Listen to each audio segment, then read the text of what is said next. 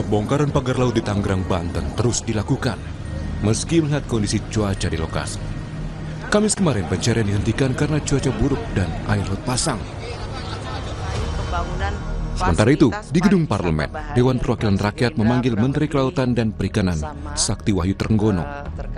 Desakan datang agar pembuat pagar laut segera diungkap. Anggota DPR sempat kesal, apalagi aktor pembuat pagar laut tak diungkap. Sekarang ini rakyat sudah menunggu.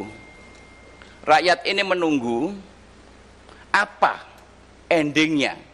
Jangan sampai rapat hari ini hanya merupakan anti klimaks.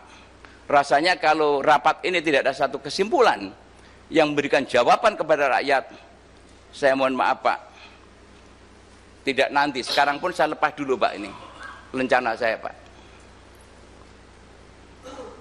Saya lepas Pak. Malu sebagai wakil rakyat. Karena persoalannya sudah berlarut-larut.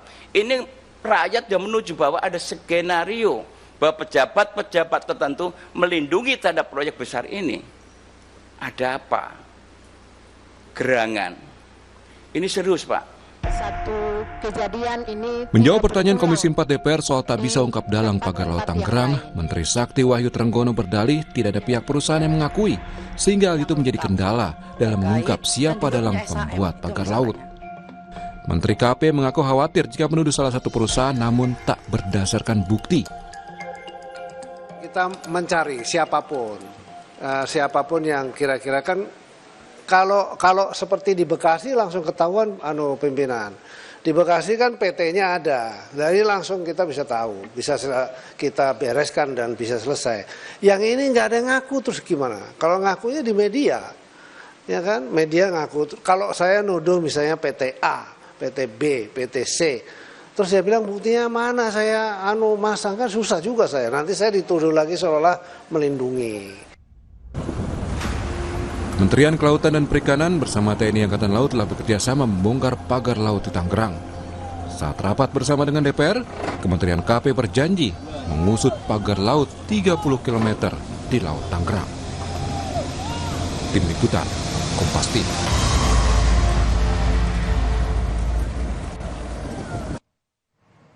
Heboh soal pagar laut kita akan bahas di pagi hari ini. Selain pembongkaran pagar laut, desakan yang kemudian muncul di hari ini adalah saat-saat ini adalah soal pengungkapan dalang pembuat pagar laut dan apa sebenarnya maksud dan juga tujuan pembuatan pagar laut ini. Meski sebelumnya santer pagar laut ini diduga, sekali lagi saya mengatakan diduga untuk proyek reklamasi. Kita akan ulas bersama di pagi hari ini dengan sejumlah narasumber. Ada Sekjen Konsorsium Pembaruan Agraria Mbak Dewi Kartika yang sudah hadir ke studio. Selamat pagi Mbak Dewi. Pagi. Terima kasih sudah hadir ke studio Orange Kompas TV. Terima kasih. Ya, kemudian melalui sambungan daring ada konsultan hukum pengembang PSN PIK 2, Pak Muanas Alaidit. Assalamualaikum Pak Muanas. Ya. Waalaikumsalam, selamat pagi Mbak. Iya, ini kan beberapa pekan belakangan kita dihebohkan ya soal pagar laut, pembongkaran pagar laut. Nah, kalau dari Anda sebagai konsultan hukum pengembang PSN PIK 2, kita ini menjadi wadah juga untuk tabayun, untuk mengklarifikasi sebenarnya kalau klien Anda ini berarti punya SHGB ini berapa bidang dan juga seperti apa klarifikasinya atau meluruskan ini semua? Iya, jadi pertama yang perlu saya luruskan adalah agar ini tidak menjadi opini yang keliru ya di publik, bahwa pertama memang ada kesan seolah seperti pagar laut itu bersertifikat.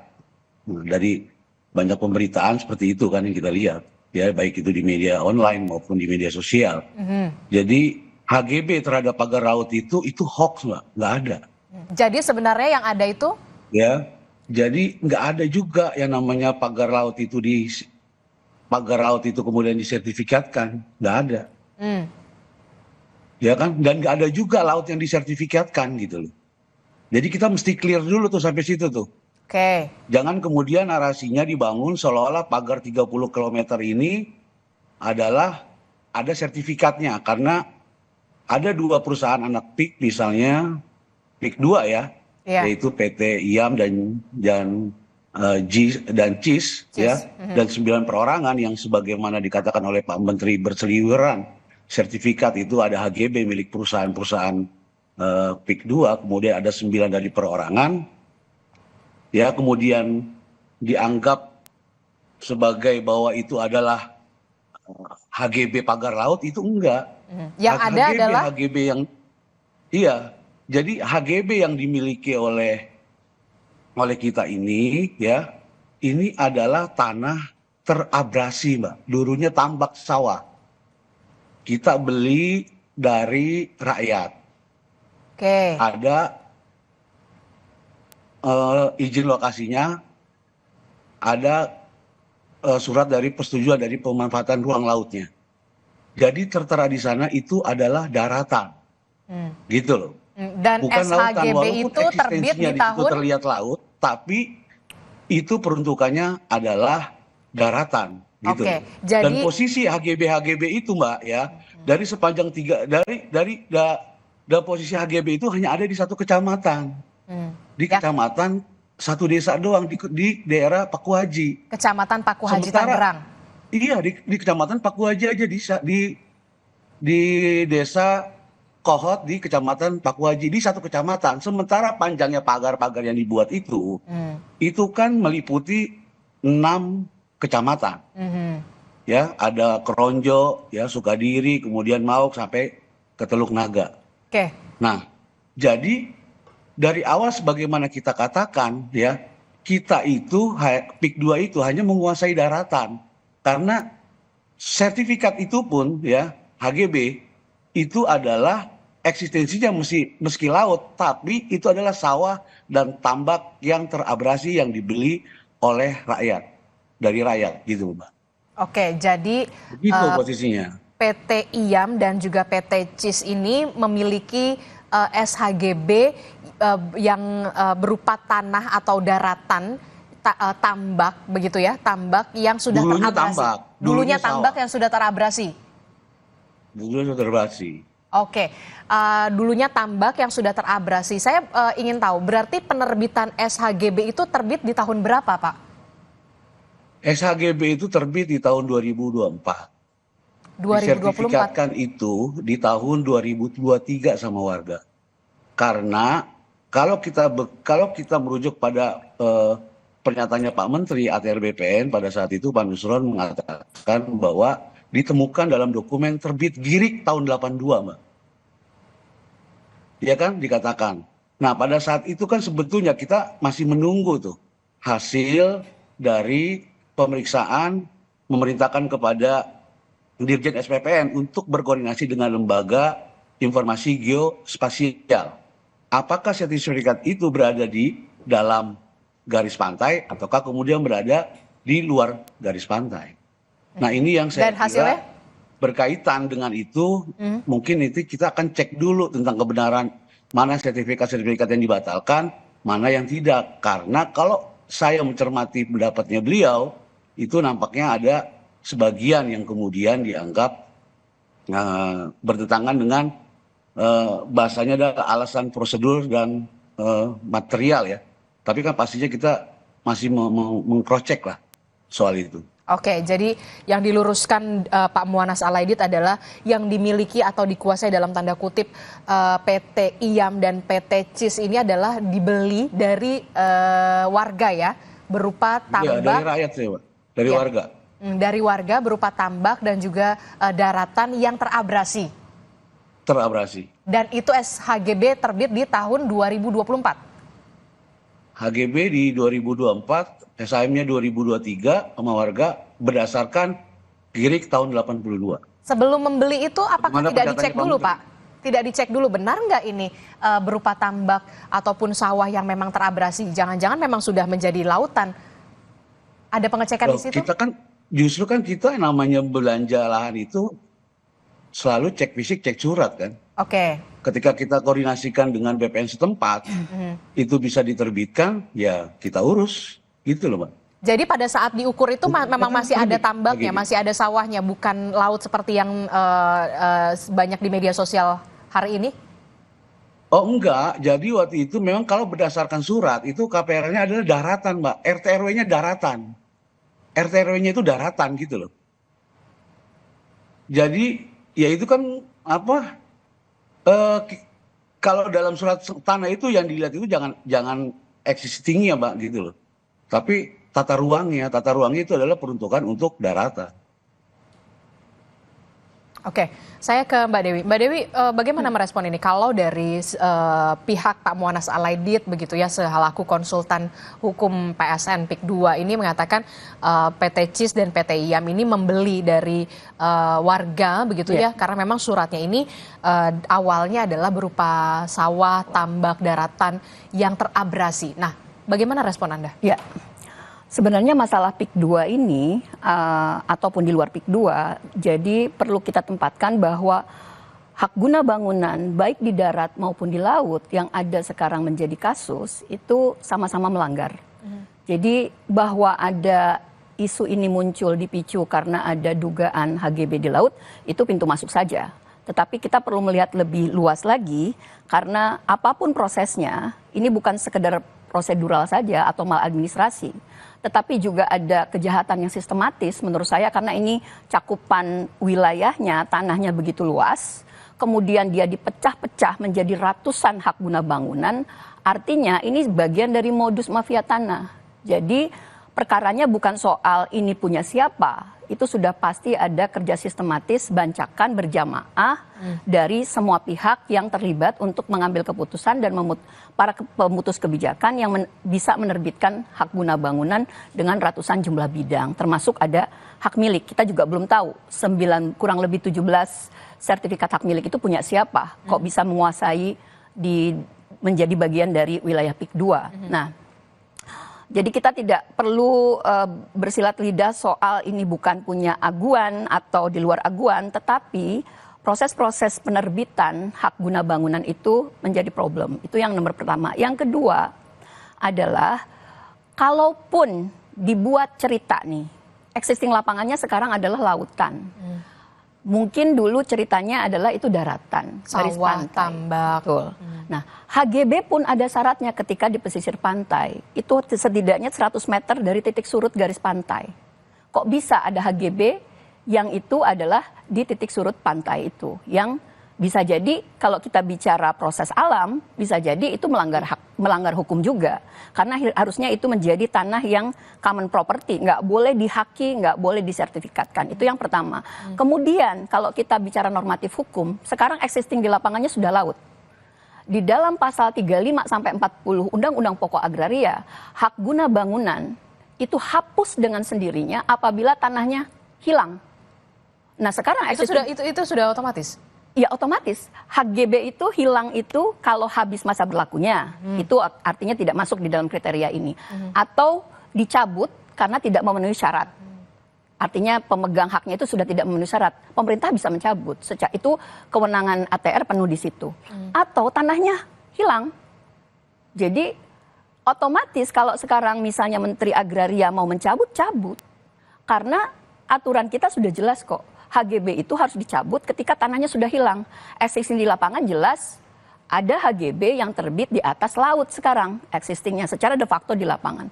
Jadi nggak bisa lagi ini soal darat atau laut.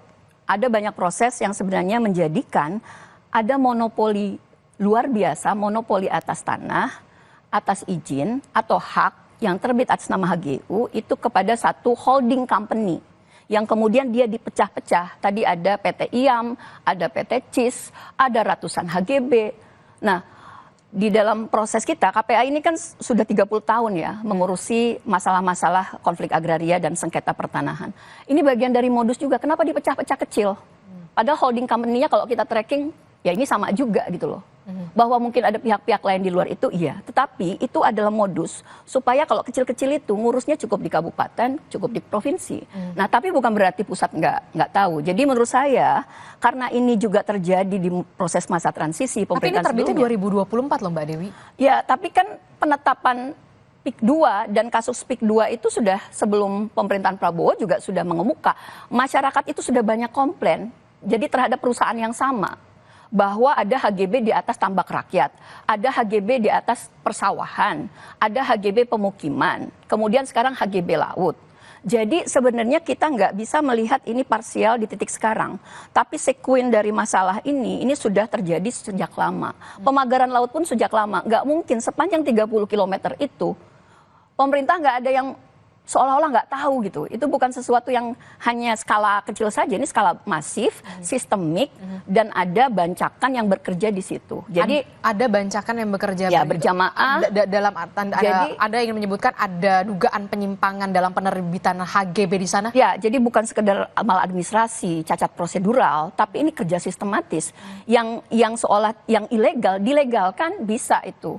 Karena artinya ini juga menjadi kritik sebenarnya. Kenapa KKP yang harus mengusut? KKP itu bagian dari problem. Jadi Pemda, KKP, Kementerian Agraria Tata Ruang, Kementerian Kehutanan, karena sebagian kabarnya itu masih status kawasan hutan yang di lokasi PSN. Jadi sebenarnya ini harus semua bertobat, pengakuan dosanya harus dilakukan. Nah, DPR kalau mau bikin pansus itu penting menurut saya karena ini harus sudah lintas kementerian untuk diinvestigasi. Pasti ada proses-proses termasuk kalaupun tidak terlibat langsung dalam penerbitan HGB, perizinan perubahan tata ruang, tetapi membiarkan masalah ini berlalut tidak hanya di titik sekarang hari ini, tetapi ke belakang itu sudah ada muncul. Tetapi problemnya adalah belum menjadi heboh seperti sekarang. Jadi seolah-olah ini masalah baru, padahal sebenarnya masalah PIK 2, bahkan ketika ditetapkan menjadi proyek strategis nasional, PSN itu kan menjadi kontroversial. Kok bisa satu proyek yang itu lekat atau kuat kepentingan bisnisnya bisa dilabeli proyek strategis nasional? Apapun alasannya. Karena lebih banyak kepentingan bisnis di dalamnya, bukan untuk kemaslahatan banyak masyarakat. Jadi menurut Anda pentingnya saat ini darurat untuk bisa membuat atau melakukan pansus DPR? Ya, selain pansus menurut saya KPK harus bergerak karena ada potensi terjadi korupsi, kolusi, manipulasi proses. Kemudian juga ombudsman turun kalau mau cek misalnya ini terjadi maladministrasi pertanahan. Kenapa bisa kok ada HGB, bahkan dibiarkan ketika misalnya ceritanya memang, taruhlah ceritanya benar ya, dia dulu daratan sekarang jadi lautan, kok dibiarkan? Padahal normatif hukumnya menyatakan HGB hapus dengan sendirinya kalau tanahnya sudah hilang, sudah berupa lautan, itu saja sudah memenuhi syarat untuk dicabut. Oke, kita tahan dulu Mbak Dewi. Respon Anda Pak Muwana Salaidit kalau dikatakan disebut ini sebenarnya maladministrasi begitu? Ya, pendapat sah-sah aja. Bagi saya juga pendapatnya Mbak Dewi terlalu subjektif gitu loh, tendensius. Ya, karena kalau tadi misalnya kita bicara soal masalah historis ya, Anda bisa lihat misalnya cek dong ke BPPD Tangerang. Bagaimana peristiwa dari tahun 70 misalnya sampai kemudian 2025 pernah bagaimana misalnya ada abrasi di sana, ada penggalian lumpur yang kemudian bako-bako kita rusak, erosi lingkungan segala macam yang kemudian banyak lahan warga desa yang hilang di sana karena mereka harus berjuang menahan abrasi. Itu adalah fakta-fakta yang saya kira nggak terbantah dan itu juga berkaitan dengan program Giant Sea-nya Pak Prabowo ya yang mengatakan dan begitu khawatir bahwa pesisir Pulau Jawa itu akan tenggelam. Artinya ini bukan isapan jempol persoalan abrasi itu. Nah itu satu. Nanti saya mau bicara soal sosiologis. Jadi itu harus ada bicara data lah. Jangan persepsi dianggap bahwa kalau ini kita pakai untuk ada abrasi berarti dianggap akal-akalan gitu. Itu bukan. Kita punya banyak saksi warga-warga sana yang mereka punya tanah 3 km sekarang tinggal sisa 400 meter misalnya. Itu fakta gitu. Misalnya Anda bisa lihat dari satelit bumi ya kan periode pada saat 2025 kemudian ditarik mundur ke tahun 82. Karena ini berhubungan dengan girik yang dibuat itu tahun 82 berupa daratan, maka ini sangat relevan. Makanya pendapat dari Badan Informasi Geospasial, apakah pada saat itu masuk dalam wilayah daratan.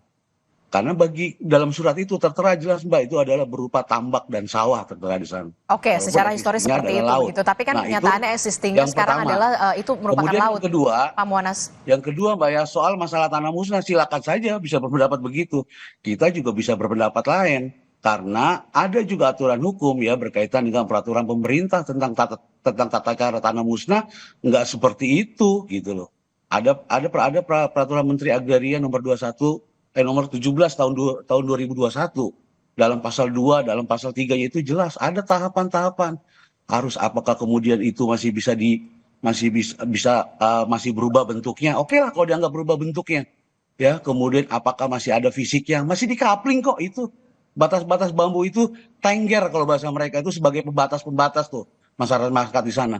Karena mereka berjuang untuk menyelamatkan harta bendanya. Itu harus tahu juga gitu loh. Nah, kemudian apakah masih bisa difungsikan? Masih dipakai juga untuk tambak. Artinya apa? Itu tidak bisa dikategorikan sebagai tanah musat. Tapi ini akhirnya jadi debatable ya. Tapi maksud saya ada tata cara penetapan tanah musnah. Enggak serta-merta kemudian itu langsung hilang harta benda orang lain. Bahkan ada kewajiban untuk memberikan kompensasi dari negara. Ada gak dikasih satu bungkus saja mereka yang lahannya kena abrasi? Kan enggak. Ini apa? Ya, bahwa saya mau katakan semua ada mekanisme, cuma jangan di framing gitu loh. Di framing ya seolah-olah didiskreditkan untuk membentuk citra negatif kepada kita. Sebetulnya terhadap pagar-pagar bambu sepanjang 30 km itu kita juga sebetulnya menyayangkan. Misalnya Pak Menteri harus saya nggak tahu juga, maksudnya apakah kita ingin menyelesaikan ini, makanya kemudian Kompas TV lahan-lahan juga gitu loh Mbak. Sertifikat-sertifikat lain. Kita ya juga kan? ingin Sehingga opini publik kemudian tidak disesatkan bahwa seolah-olah pagar itu adalah milik dari PT gitu.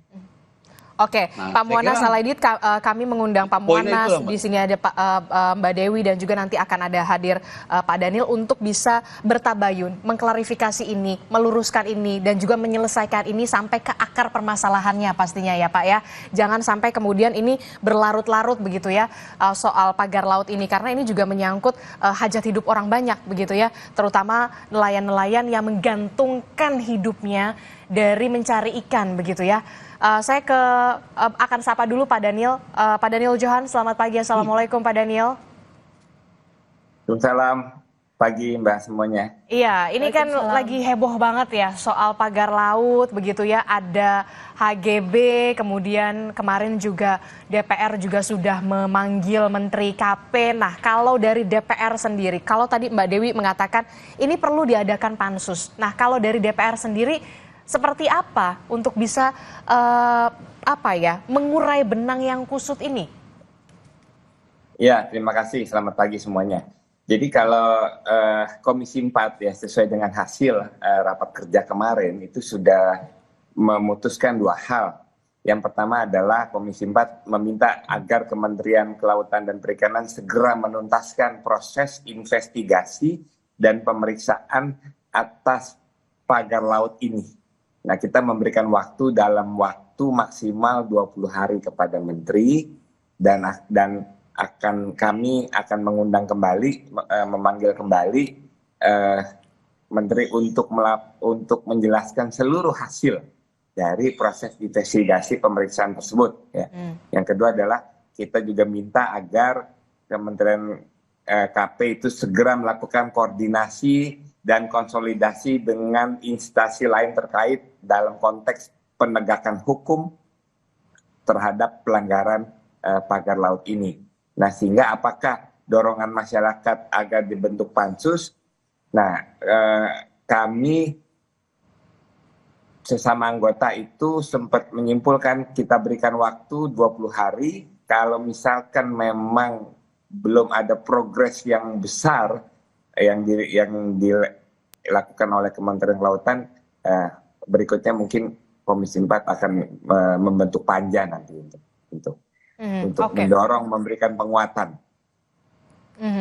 Jadi artinya Komisi 4 DPR ini mempersilahkan untuk memberikan waktu 20 hari dulu untuk penyelesaian begitu ya, ketika nanti 20 hari ini belum ada solusi yang kemudian konkret begitu untuk bisa penyelesaian soal polemik pagar laut ini, barulah kemudian DPR membentuk panja. Apakah tidak terlalu lama 20 hari? Bung Daniel Johan, jangan dijawab dulu, usai jeda kami kembali. Tetaplah bersama kami di Sapa Indonesia Pagi. Terima kasih Anda masih bersama kami di Sapa Indonesia Pagi. Saudara, masih membahas bagaimana polemik pagar laut yang masih terus bergulir dan DPR mendesak untuk mengungkap dalang dari pagar laut Tangerang ini untuk bisa diusut tuntas. Saya masih bersama Pak Muwanaz Alaidit, kemudian ada Bung Daniel Johan, kemudian ada Mbak Dewi di sini. Saya ke Pak Muwanaz dulu. Pak Muwanaz, ini ada update kah soal pembatalan HGB dari Kementerian ATR? Apakah sudah ada di tangan dari Pak Muwanaz ataupun klien Anda atau seperti apa update-nya? Ya, semula sebetulnya kemarin kita monitor untuk menindaklanjuti janji dari Pak Menteri kan akan berkoordinasi dengan Badan Geospasial itu kan tentang batas pantai itu. Karena ini berkaitan dengan HGB kita ya, apakah berada di dalam pantai atau di luar pantai. Tapi kemarin sudah kita dapat kabar pembatalan, cuman kita belum tahu secara persis ya sertifikat mana yang kemudian dibatalkan gitu, dan apakah kemudian yang termasuk 9 perorangan itu yang punya masyarakat, karena nggak cuma punya kita doang ya gitu loh. Jadi biar ini juga nggak misleading ya, bahwa nggak cuma punya kita tapi juga ada punya masyarakat di sana yang 9 perorangan gitu. Nah jadi kita belum. Tapi yang punya PT IAM dan PT CIS ini ada berapa, Pak? Dikurang 9 aja itu, sekitar 243-an ya. Berarti yang punya PT IAM dan PT CIS ada 243 ya, yang 9 iya, itu 20 perorangan. punya CIS, 20 punya CIS. Oke. 20 punya CIS, satu lagi punya IAM. Nah, jadi kita masih menunggu tuh secara resmi surat nanti apa yang kemudian menjadikan alasan pertimbangan yang kemarin disampaikan tentang prosedural dan material yang dianggap melanggar. Jadi baru setelah itu mungkin nanti kita bisa tinggal sandingkan saja dengan data yang kita miliki dengan data yang kemudian kementerian miliki. Saya kira itu Mbak kalau soal respon. Kalau soal, kan tadi disebutkan secara historis itu memang dibeli dari warga begitu ya, karena memang historisnya di situ ada tambak, ada persawahan yang terabrasi. Nah pertanyaan saya, ketika ingin membeli itu, ketika proses jual beli itu kemudian dilihat, oh sekarang ternyata sudah terabrasi, kenapa tidak dikonservasi dulu Pak? Kalau memang sudah terabrasi, memang di situ ada sudah terendam air laut. Saya teknis nggak ikut dalam pembebasan pembelajaran lahan itu, gitu loh. Itu ada orangnya tersendiri. Tapi saya mendengar kabar seperti tadi saya sampaikan. Jadi memang kalau belajar lahan itu kan kita pasti cek fisik, cek kemudian datanya gitu kan, suratnya kan. Nah itu dikoordinasikan dengan BPN setempat. Nah setelah itu kemudian bisa ya. Kemudian bisa disertifikat kan karena ada giriknya yang tahun 82. Kadang-kadang kan orang di kampung memang baru dibuat sertifikat itu walaupun mereka masih pegang giriknya gitu loh. Nah di sana jelas RT RW-nya tata ruangnya adalah daratan karena tambak dan sawah itu gitu loh. Nah, dulunya. Kemudian bisa, iya daratan itu bukan atau walaupun iya dulunya daratan kemudian terabrasi begitu. Harus dilihat tata ruangnya adalah daratan. Yang harus dilihat itu tata ruangnya gitu loh. Ya, jadi itu. Nah, jadi kalau itu ternyata kemudian bisa, ya sudah kita bayar, pajak kita bayar, ada izin lokasinya, ya, kemudian ada KKPRL-nya, ya kan selesai, nggak ada masalah. Dan itu udah sesuai gitu loh dengan peraturan perundang-undangan yang berlaku. Mbak Dewi? Ya, saya pikir dari sisi filosofis, yuridis, sosiologis, itu banyak yang dilanggar. Yang pertama adalah, kalaupun ada 2 skenario, taruhlah, bahwa HGB ini diterbitkan dahulu di atas laut, bahwa nanti akan diuruk alias direklamasi. Itu satu skenario. Yang kedua, tadi katanya secara historitas adalah dulu ini daratan, tambak, masyarakat, lalu dibeli sama PT dan seterusnya, lalu sekarang HGB di daratan tapi menjadi HGB di laut. 2 cerita itu silakan dibongkar. Mana? Karena data pasti ada di pemerintah. Nggak mungkin 263 yang 243-nya itu dimiliki 2 PT itu tidak bisa di-tracking. Prosesnya, tahapannya seperti apa. Nah kalau tadi diklaim bahwa ini adalah hasil dari pembelian pembebasan lahan dari masyarakat, transaksi jual beli langsung, itu juga perlu dipertanyakan. Karena kasus PIK 2 ini tidak hanya sekarang, ini kan hebohnya karena ada pagar laut 30 km, ternyata didetek ada HGB, padahal konflik agraria PIK 2 ini sudah lama. masyarakat ini sudah protes kemana-mana. Tukar jual ganti rugi yang tidak jelas, ada manipulasi proses, bahkan ini BPN juga perlu cek.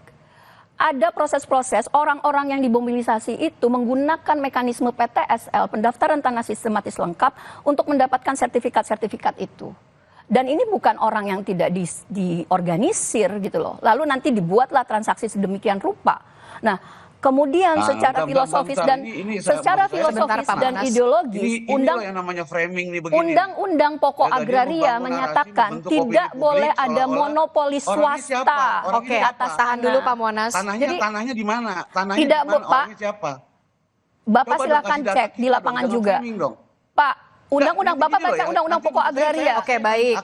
Aguan Sedayu Group tidak boleh memonopoli sumber-sumber agraria termasuk tanah. Terima pelanggaran. Baik, terima kasih Mbak Dewi. Pak Muanas. Kalau nggak ada, tentu ada konsekuensi hukumnya juga gitu loh. Oke. Artinya gini, jangan membangun framing. 243. Oke, baik. Itu namanya monopoli swasta dan tidak boleh di Indonesia. Ditahan dulu Mbak Dewi dan juga Pak Muanas begitu ya. Hati boleh panas tapi tetap berpikir tenang begitu ya. Jangan jadi korban aguan ini. Baik, terima kasih Ada nelayan, ada petani, ada masyarakat kecil yang terdampak. Oke, bagaimana Bung Daniel, Pak Muanas, sebentar, saya ke Bung Daniel dulu. Bung Daniel, bagaimana Anda melihat di hari ini, ya kan, 20 hari, apa tidak kelamaan untuk bisa menyegerakan, untuk bisa menyelesaikan kasus ini? Ya, kelamaan kalau buat anggota Komisi 4. Tetapi kalimat yang dipakai sebenarnya secepat-cepatnya. Tetapi kesepakatan yang ada adalah maksimal 20 hari. Gitu. Karena ya kita juga perlu mendengarkan masukan dari Pak Menteri. Bagi kita kelamaan, bagi Pak Menteri kecepatan gitu. Tapi bagaimana soal ini panas sekali begitu ya, konflik soal agraria ini bisa segera diselesaikan juga kan, kita harapan kita biar semuanya bisa selesai gitu ya, bisa mengurai benang kusut ini, Bung Daniel. Ya tentu itu harapan kita ya.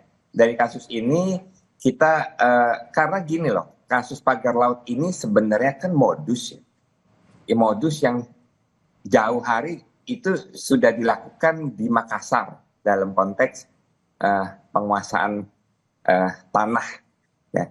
Dan muncul lagi kan, ada di Surabaya, terakhir ada di Lampung gitu kan. Nah jadi kita juga minta kepada kementerian, jalankan tugasnya dengan baik.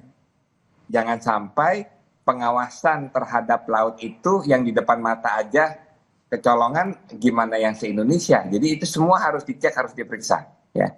Nah yang kedua adalah lakukan penegakan hukum. Karena dalam konteks pagar laut di Tangerang itu ada sejumlah undang-undang yang dilanggar ya, mulai dari MK nomor 3, Undang-Undang nomor 1 2014, Undang-Undang nomor 32 2009 dan Undang-Undang nomor 5 1960. Yang mungkin yang paling berat ya itu Undang-Undang nomor 32 tahun 2009 karena perlindungan dan pengelolaan lingkungan hidup. Karena bila dianggap pelanggar itu bisa sampai 20 tahun itu. Oke, Pak Muanas silahkan. Ya kita menyerahkan sepenuhnya lah kepada pemerintah, kita apresiasi, termasuk kemarin pembongkaran kita juga mengapresiasi gitu, karena kita paling dirugikan dengan adanya pagar bambu itu justru. Akibatnya kemudian dijadikan alat serang untuk membentuk citra negatif kepada kita, seolah-olah itu kita yang buat, ya kan?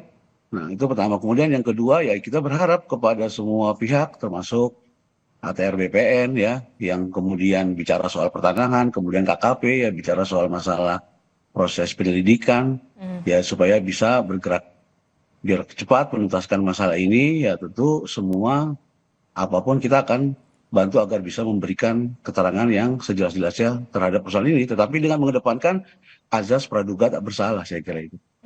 Itu aja, Pak. Terima kasih. Oke, Bung Daniel, berarti kalau memang sebelum 20 hari atau setelah 20 hari ini belum ada solusi yang begitu signifikan terlihat begitu ya, DPR akan turun tangan dengan membentuk panja? Iya, kemarin kesepakatan dari kawan-kawan anggota Komisi 4 ya seperti itu. Kita berikan waktu dulu 20 hari, ya, tapi kita berharap sebelum 20 hari sudah ada hasil yang signifikan sehingga kita bisa langsung mengundang Pak Menteri di dalam raker gitu. Tetapi ya maksimalnya 20 hari. Oke, Mbak Dewi bagaimana melihat tadi diselesaikan nanti ketika 20 hari akan setelah selesai 20 hari tidak selesai juga nanti akan dibentuk panja? Ya, saya pikir panja itu perlu dipercepat karena ini tidak hanya di Komisi 4 menurut saya. Komisi 2 juga harus turun tangan karena ada berkaitan dengan pertanahan. Nah, tapi yang pertama adalah kalau Presiden memang ingin segera menuntaskan ini, pertama yang harus dilakukan pertama itu cabut status PSN di PIK 2. Yang kurang lebih luasnya itu 1.700 hektar dari total 30.000 hektar. Itu kan PSN itu status PSN itu membuat segala aturan di bawah itu bisa dipercepat sedemikian rupa. PSN ini dari 2020 sampai dengan 2024 sudah menyebabkan 154 konflik agraria, termasuk yang PIK 2 ini. Nah, itu cabut dulu. Sehingga semua kementerian secara lintas sektor, KKP, Kementerian Agraria, Kementerian Kehutanan, Pemda, bisa ikut membongkar ini. Ada apa sebenarnya di PIK 2, termasuk di sekitar areanya. Jadi kita lihat masalahnya. Kemudian harus ada upaya-upaya untuk memulihkan hak-hak masyarakat yang terampas dan diambil alih dengan tata cara yang tentu ini kita harus pertanyakan.